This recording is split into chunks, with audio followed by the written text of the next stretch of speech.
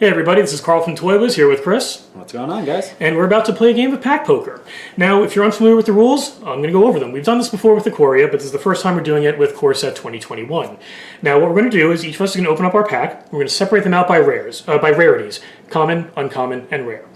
We're going to take turns flipping over the cards in our stacks and compare them in a way that if our first choice in the draft was between those two cards, which one would we choose? And whichever one we would choose is the winner, and whoever owned that card gets to take both of them. We continue doing that for the rest of the commons, through the uncommons, and then for the rares we go by just sheer monetary value. And at the end we count everything up. Rares count as 3 points, uncommons as 2 points, commons as 1 point, and whoever has the most points wins. Nice and easy. Yep. If one of us happens to pull a foil, it goes in with the commons, because the foil always takes a common slot in a pack. So if the foil comes up against any other card, it usually ends up just winning, unless it's up against another foil. Yep. Ready to do this? Let's do it. Okay. Now, I should preface, I haven't drafted much of Core 2021, I gotta say. I've just been a little busy, and there's no paper drafting, which I vastly prefer to Arena. I will agree with you on that one. I've been doing quite a bit of drafting on Arena, and not doing very well with it. So, ooh, pretty. Oh, wait. Okay, yeah. That's my land. That is a foil, and I am very, very happy with that. Okay, there's my rare. Here are my uncommons. I think you're going to be very happy when you see the foil that's going to beat you with the commons there. Perfect. Mm-hmm. Well, we all win because it's for the store. So, fair enough. Alrighty. And let's do this. Number one. Return to Nature versus... Oh, it's got to be the Shock. Yeah, that's pretty easy. Oh, yeah. Good old Shock. And here we thought this was going to be difficult. Okay. Celestial Enforcer, which is a nice one if you have some flyers to, use its tap-down ability. It's still a 2/3 body for 3.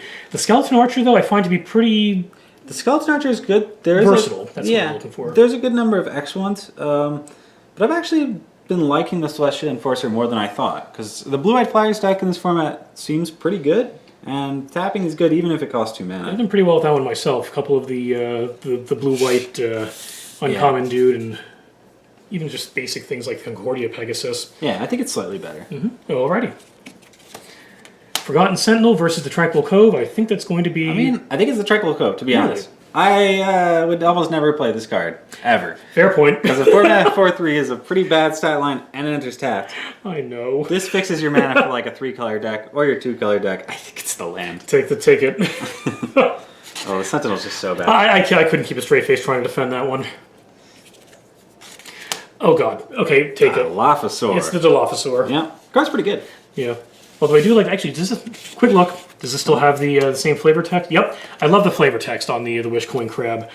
What wishes do they grant? Mostly pinching related ones. I'll be honest, I've never read that flavor text. It's one of my favorites. The flavor text writers in this game do a pretty good job. Oh yeah, they're okay. Excellent. Valorous Steed's pretty solid versus Teferi's Protege. Yeah, it's the Steed. Yeah. It's good for any go-wide strategy. Make a knight versus loot. Yeah. The Boros deck, actually, I found really good in this format. The Houndmaster is excellent. Well, that's a forest. That it is. Even though my card's almost unplayable. Oh, mine's eminently playable if you're running green. That is true, but we're not going to count. I'm aware of that. Duress. And Silent Dart. I think it's the Dart. Yeah, it's probably the Dart. You rarely play it, but sometimes you're in a pinch for removal, and Duress is strictly sideboard, and even out of the sideboard, it's probably not very good. Yeah, and 3 damage and available in any color really isn't anything to sneeze at, even if it is a bit on the expensive side. Not at all. How beautiful is that? Let me hold this up to the camera, because this is just, as I try not to damage it with my fingernails. Here we have the alternate art foil Cultivate. Now, Cultivate is regularly an uncommon in the set, but because it's an alternate art, all the alternate arts had to be rare, so this is a gorgeous card. It may not be worth a ton, because again, the regular version is, an uncommon, but if you really want to make your deck pop... Yeah, I love the artwork on that, on Cultivate. It's fantastic. Sweet. Okay, well, now that we've completely blown past the really good stuff out of here, let's get back to the rest of the dross. Okay, Gnarled Sage versus Read the Tides. I actually like Read the Tides. You only ever play one, but I think it's a good top end for almost any blue deck. Because drawing 3 cards is just amazing, always. And sometimes you bounce 2 creatures to end the game. And the Gnarled Sage is fine. He's usually just a 5-mana 4/4 with reach. He has vigilance a decent amount of the time, but the stat line just isn't that great. And double green, you probably wouldn't want to go heavy into it on your first pick in the draft anyway. Yeah, that's fair. I'd leave your options open until a little bit later on. Still, probably would end up running if I was running green later on. Probably. Okay, Goblin Arsonist I like.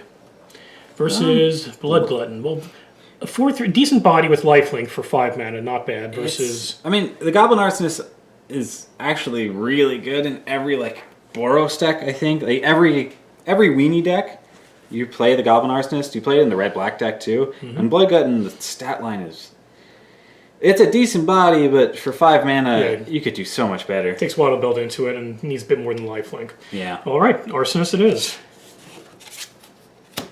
Okay, last of the commons. Daybreak Charger's good one versus Frostbirth, which is also good. Yeah, it's not bad. It's decent, but Daybreak Charger is really what you want in your aggro decks. Oh yeah. I think you got it. Make something very big to swing in and do some serious damage. Yeah. Okay, uncommon time. Let's do it. And Battle Rattle Shaman's always good. Versus Enthralling Hold. I like Enthralling Hold. It's a conditional control magic, but even conditional, it's still really good. I have gotten destroyed by that in my drafts on Arena. Even though I probably would lean a bit more towards the Battle Rattle Shaman, I'll give you the Enthralling Hold. Battle Rattle Shaman's actually kind of underimpressed me. And I like the aggro decks. I don't know. I think I'm just remembering it more from its original appearance in Zendikar. In Zendikar, a lot more solid. It was really good. Oh, yeah. That format was a lot faster. Very true. Bad deal, bad card. And Chandra's Pyreling. Yeah. Bad deal's okay as a top end in like a Golgari deck or something, but it's not that great. The Pyreling can do some serious damage. True. And I said this during my unboxing video, but I have to ask, do you think that's supposed to be a reference to the Predator meme? I didn't think about that. Could be. Could be. Yeah, if you ever want to do an aggro deck, pick all the Pyrelings, pick all the Magmuts, because they go amazing together. Okay, last of the uncommons.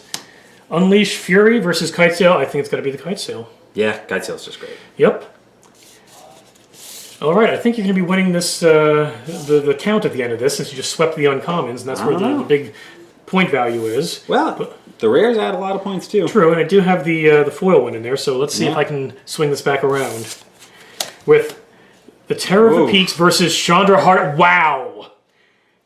These were some damn good packs. Yeah, but you got it. Terror of the Peaks is like $13 to $15. Chandra Heart of Fire, unfortunately, is only like $3 to $4. Even with the alternate frame there. Yeah, the showcase, weirdly enough, the showcase once again doesn't increase the value by very much, even though I think it looks stunning. It is especially gorgeous. The red flame. Like, with the flames on the bottom, really sell it. It looks great. But Terror of the Peaks is an insane card. It's that it is. Really pushed. So yeah, you got that. Alrighty. Well, it's time to count up our points. Let's see how this goes.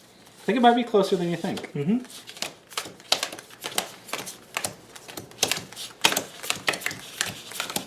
It's not. I'm only at 18. And there's 24. Yep, I was going to say, without a foil rare in there, there's only going to be 40 points in there total between the two. So, alrighty. Well, there we go. Congratulations. Thank you. Good games. Yep. And hope you enjoyed watching this pack poker. We'll see you in the next video.